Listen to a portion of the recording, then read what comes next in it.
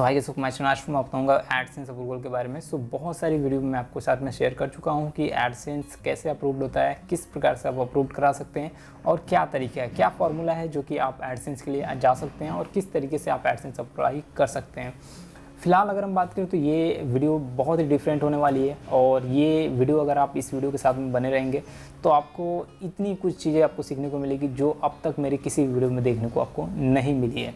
तो यहाँ पे मैं आपको इसलिए यहाँ पे शेयर करना चाहता हूँ क्योंकि मैंने आपको प्रीवियस वीडियो में मैंने आपको प्रूफ दिखाया था अपना एडसेंस का कि मेरा कितना इनकम बन रहा है और कैसे आप जो कि वहाँ पर इनकम करेंगे, कैसे $100 तक पहुँचेंगे, मैंने उस वीडियो में आपको बताया।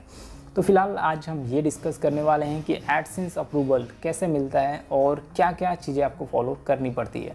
आप किन चीज़ों को आप फॉलो करेंगे तो जल्दी आप एडसेंस अप्रूवल ले पाएंगे और किस प्रकार से जो कि आप यहाँ पे इनकम कर पाएंगे। फिलहाल बहुत सारी वीडियो मैंने आपको बताया है कि आप ब्लॉग स्पॉट पे कैसे लेते हैं एडसेंस अप्रूवल, एफिलिएट मार्केटिंग पे कैसे लेते हैं एडसेंस अप्रूवल और किस प्रकार से जो कि आप इनके ऊपर काम कर सकते हैं। तो यहाँ पे तरीके सब वही हैं, बस मैं आपको बता रहा हूँ जो भी तरीके हैं एडसेंस अप्रूवल के सब सेम तरीके हैं, थोड़ा बहुत डिफरेंस है, ज़्यादा कुछ डिफरेंस यहाँ पे नहीं है एडसेंस को अप्रूव कराने का, वेबसाइट को अप्रूव कराने का। लेकिन जो भी ब्लॉग या वेबसाइट होती है आपकी, उसके ऊपर आपको ज़्यादा फोकस करना पड़ता है। जो भी आपकी ब्लॉग या वेबसाइट है उसके ऊपर ज़्यादा फोकस इसलिए करना पड़ता है कि अगर आपकी ब्लॉग वर्डप्रेस पे है तो वर्डप्रेस पे ज़्यादा काम करने की ज़रूरत पड़ती है। इसलिए मैं आपको बता रहा हूँ क्योंकि वहाँ पे जो टेम्पलेट होता है, जो थीम होता है वहाँ का, वो बिल्कुल डिफरेंट होता है। जो ब्लॉगर का टेम्पलेट होता है उससे बहुत ज़्यादा डिफरेंट होता है। अब वहाँ पे कुछ ना कुछ इशू हमें देखने को मिलता है। मेजर इशू अगर हम बात करें, मेजर जो एक्टिविटी होती है वहाँ पे देखने को मिलता है, जो हमें एरर आता है वो जो कि मिनिमम अगर हम बात करें मिनिमम कंटेंट का आता है और वेब मास्टर क्वालिटी गाइडलाइंस का आता है और भी कई सारे चीज़ें ऐसे हैं, बहुत सारी एरर हैं जो कि हमें देखने को मिलती हैं। तो इन सारे एरर को आप कैसे फेस करेंगे, किस प्रकार से वहाँ पे वर्डप्रेस पे आप काम करेंगे और क्या चीज़ें आप कर सकते हैं। देखिए बहुत सारे लोग क्या करते हैं कि ब्लॉगर पे काम करते हैं तो प्राइवेसी पॉलिसी का पेज बनाते हैं और वर्डप्रेस पे काम करते हैं तो प्राइवेसी पॉलिसी का पेज नहीं बनाते हैं। और ये जो privacy policy, disclaimer, contact us, about us, ये जितने भी पेज होते हैं ये डिपेंड करता है अलग अलग जो है कि यहाँ पे कैटेगरीज़ के जो ब्लॉग होते हैं उनके ऊपर लागू होते हैं। जैसे सपोज करिए कि आपका जो है कि यहाँ पे एफिलिएट मार्केटिंग का ब्लॉग है, आपने एक एफिलिएट मार्केटिंग का वेबसाइट बनाया है या फिर ब्लॉग बनाया है, तो उसके अंदर आप देखेंगे तो उसके अंदर मोस्टली आप देखेंगे तो डिस्क्लेमर का यूज़ होना ही चाहिए। जो डिस्क्लेमर होता है जिसमें हम बताते हैं कि हम ये चीज़ें जो है कि यहाँ पे नहीं कर सकते हैं या फिर ये चीज़ें कर सकते हैं।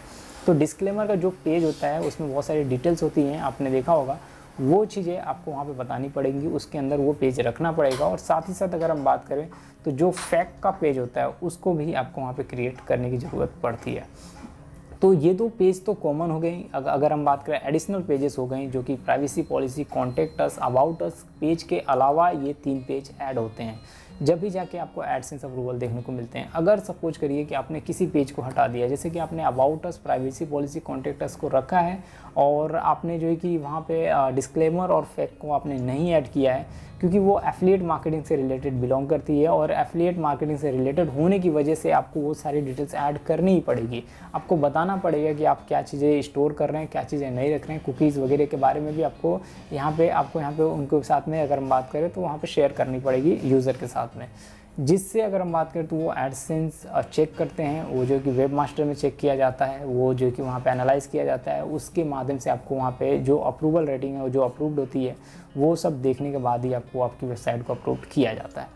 तो ये सारी चीज़ें बहुत सारे लोग नहीं करते हैं और कुछ लोग करते भी हैं, जिनको आइडियाज़ हो गया है वो लोग करते हैं, ये सारी चीज़ें बनाते हैं, लेकिन कॉपी पेस्ट का शिकार हो जाते हैं। बहुत सारे लोग क्या करते हैं, कॉपी पेस्ट कर देते हैं, मतलब उनको आइडिया ही नहीं होता लिखना कैसे है, करना कैसे, कैसे हम जनरेट करेंगे, क्या तरीका है, किसको फॉलो करेंगे। प्राइवेसी पॉलिसी के बारे में मैंने आपको ऑलरेडी बता चुका हूँ कि कैसे जनरेट करेंगे। अभी तक मैंने एफिलिएट मार्केटिंग के बारे में जो डिस्क्लेमर होता है उसके बारे में मैंने आपको नहीं बताया कि किस प्रकार से आप जनरेट करेंगे और जो फैक्ट का पेज होता है उसको कैसे जनरेट करेंगे।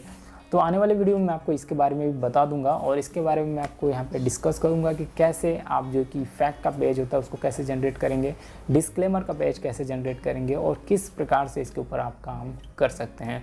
फिलहाल अगर हम बात करें तो यहाँ पे ये जो पेजेस मैंने आपको बताया जो कि अगर एफिलिएट मार्केटिंग का है या फिर न्यूज से रिलेटेड आपकी वेबसाइट है तो ये 5 पेजेस को आपको रखना है, कोशिश करना है। वर्डप्रेस की बात कर रहा हूँ मैं, ब्लॉगर की बात नहीं कर रहा हूँ, ध्यान से सुनिएगा।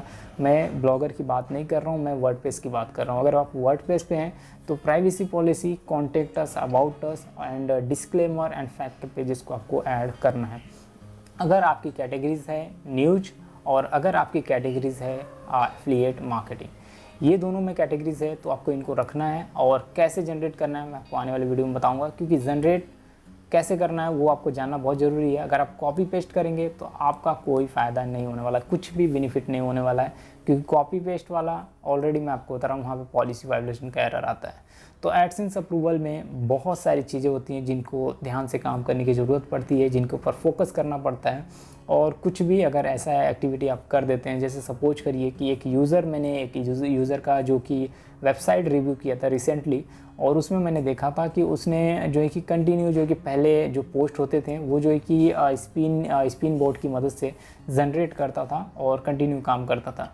तो यहाँ पे मैं आपको बताऊँ, स्पिन बोर्ड से जनरेट करने में या फिर जो कि स्पिनर रीराइटिंग करने से आर्टिकल कंटेंट जो रीराइटिंग करते हैं उससे ऐसा नहीं है कि एडसेंस अप्रूवल नहीं मिलता है। अगर आपको नॉलेज है, आपको आइडिया है, तो उसके माध्यम से भी आपको यहाँ पे एडसेंस अप्रूवल देखने को मिलता है। लेकिन अगर आपके पास नॉलेज नहीं है और आप क्या कर रहे हैं, उससे स्पिन करके आर्टिकल बना ले रहे हैं, फटाक से बन गया और आपको लगा कि मैंने चुटकियों में बना लिया और मेरा काम हो गया, यूनिक दिख रहा है आपको, यूनिक लगा, आपने यूज़ कर दिया, तो वहाँ पे क्या होता है, एक बार आर्टिकल इंडेक्स्ड हो जाती हैं तो हमें उसे रिमूव करने में काफ़ी टाइम जाता है।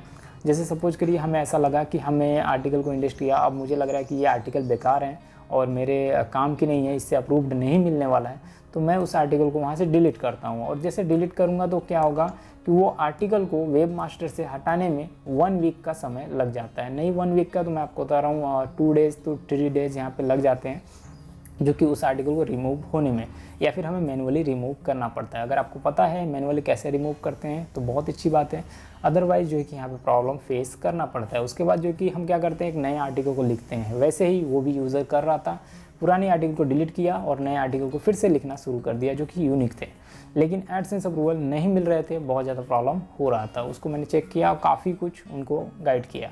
तो अगर आपकी भी वेबसाइट है, आपकी भी कोई ऐसी ब्लॉग है और आप जो है कि उसकी रिव्यू कराना चाहते हैं, आप चाहते हैं कि उसके बारे में मैं आपको बताऊं और कहाँ पे प्रॉब्लम है, क्या चीज़ें आपको करनी चाहिए, क्या चीज़ें नहीं करनी चाहिए, जो कि बिल्कुल फ्री में मैं आपको ये सारी चीज़ें करके दूंगा। फेस टू फेस हम बात करेंगे और मैं आपको उसकी रिव्यू करके बताऊँगा कि वहाँ पर क्या चीज़ें आप कर सकते हैं जिसके माध्यम से आपको यहाँ पे अप्रूव्ड हो जाएगी आपकी वेबसाइट। तो ये सारी चीज़ें मैं आपके साथ में शेयर कर सकता हूँ, गाइड कर सकता हूँ। आप सिंपल सा, आपको जो डिस्क्रिप्शन है उसके अंदर एक ईमेल मिलेगी, या फिर जो कि अबाउट के सेक्शन में चले जाना है, मेरे जो भी चैनल है उसके अबाउट सेक्शन में चले जाना है, वहाँ पे एक ईमेल मिलेगी, उसके ऊपर आप ईमेल कर सकते हैं और आप अपनी वेबसाइट का लिंक दे सकते हैं, जिससे मैं आपकी हेल्प कर सकता हूँ। और जितने भी लोग हैं उनके साथ में भी मैं आपके बदौलत अगर हम बात करें तो बात कर सकता हूँ, ताकि आपका भी प्रॉब्लम होगा, अगर उनको भी तो सेम प्रॉब्लम होगा तो वो आसानी से फिक्स कर पाएंगे। सो ये सारी चीज़ें आने वाले वीडियो में हम बात करेंगे, डिस्कस करेंगे। लेकिन फ़िलहाल जो चीज़ें मैं आपको बताया कि privacy policy, about, disclaimer and fact का पेजेस एफिलिएट पे रहना चाहिए। और अगर आप ब्लॉगर पे काम कर रहे हैं तो इनमें से सिर्फ और सिर्फ आप जो कि privacy policy, contact about page को आप रखते हैं, अबाउट उस वाले को, तो बिल्कुल मैं आपको बता रहा हूँ कोई प्रॉब्लम नहीं होने वाली है, ईजी तरीके से यहाँ पर हो जाएगा। लेकिन एफिलिएट वाले में यहाँ पे थोड़ा सा क्राइटेरिया चेंज हो जाता है। तो जो भी चीज़ें आप करते हैं वहाँ पे वेब मास्टर में कोशिश करिए कि कोई एरर ना आए, कोई प्रॉब्लम ना आए, कुछ भी ऐसा कुछ इशू देखने को ना मिले, और आपकी वेबसाइट का लेआउट बिल्कुल क्लीन हो, बिल्कुल क्लीन हो। क्लीन का मतलब ये है कि कोई भी यूज़र आए और आपकी वेबसाइट के इंटरफेस को समझ पाए और ज़्यादा कुछ प्रॉब्लम ना हो, दिक्कत ना हो उसे जो कि समझने में, उस तरह के टेम्पलेट, उस तरह के थीम आप यूज़ करें जिससे आपको बेटर रिजल्ट देखने को मिले। सो ये सारी चीज़ें हैं जो कि हमें फॉलो करनी पड़ती है। और स्पेशली अगर हम बात करें तो मोबाइल फ्रेंडली आपका होना ही चाहिए, जो भी ब्लॉग है, जो भी टेम्पलेट है वो मोबाइल फ्रेंडली होना चाहिए, जिससे आपको बेटर रिजल्ट देखने को मिल सकता है। सो आई होप ये ट्यूटोरियल आपको पसंद आए होगी। अगर आपको ये वीडियो पसंद आई तो इसे ज़रूर शेयर करिएगा अपने फ्रेंड के साथ में, ताकि उन्हें भी कुछ ना कुछ यहाँ से सीखने को मिल जाए। हम लेंगे नेक्स्ट वीडियो में, बात करेंगे और टिप्स एंड ट्रिक्स के बारे में। तब तक के लिए thanks for watching, bye bye.